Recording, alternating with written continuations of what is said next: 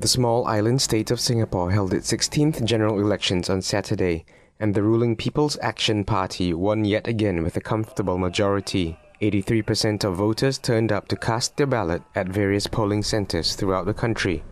This year's election saw the ruling party face an unprecedented challenge as it faced competition in 82 out of 87 total seats. Since gaining independence in 1965, the Singapore government has effectively been ruled by just one party, the People's Action Party, which has largely derived its legitimacy from its sound economic and national policies such as comfortable public housing for about 80% of its citizens, efficient public transport infrastructure, and of course, phenomenal economic growth over the past 5 decades. The electoral landscape this year had been described by voters as the most interesting in the history of Singapore, as there had never been this much participation by opposition candidates.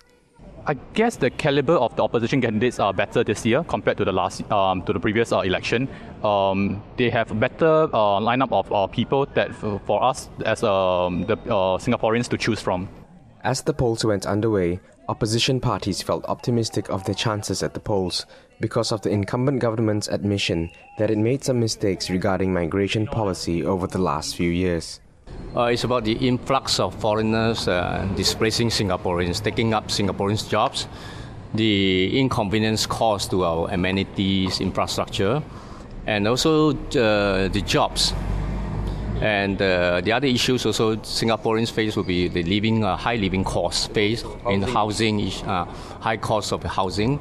However, as night fell, and with the gradual announcement of election results, it became clear, yet again, that the People's Action Party would win, taking 81 out of 87 seats.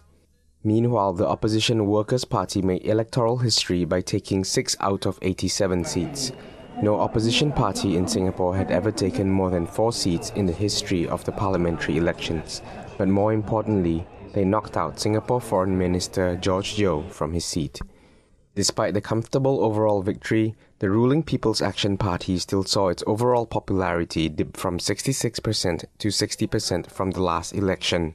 Prime Minister Lee Hsien Loong acknowledged this as an important sign from voters and vowed to work harder in its next 5-year term. Chen Fai Tam, PressTV, Singapore.